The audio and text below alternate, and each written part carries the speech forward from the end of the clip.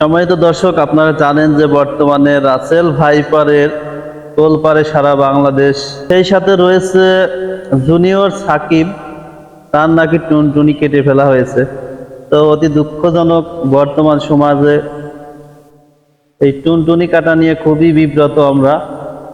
তো এই টুনটুনি কাটা ভিডিও বানাতে আজকে চলে আসলাম এমন একটি জায়গায়। আপনারা দেখতে পাচ্ছেন যে এখানে কিন্তু রাসেল ভাইপারের খুবই উত্তাপ।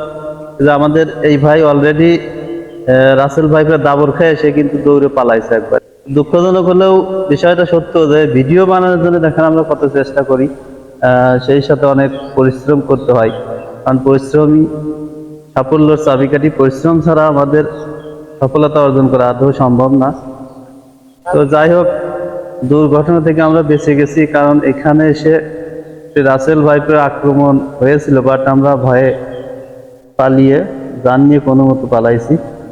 তো আপনাদের রাসেল ভাইপারটি দেখাতে পারলাম না, কারণ সে পালিয়েছে অলরেডি। তো নেক্সট কোনো টাইমে যদি আবারও দেখা হয় সেই রাসেল ভাইপার, তো ভিডিওর মাঝে তুলে ধরার জন্য চেষ্টা করবো ইনশাল্লাহ।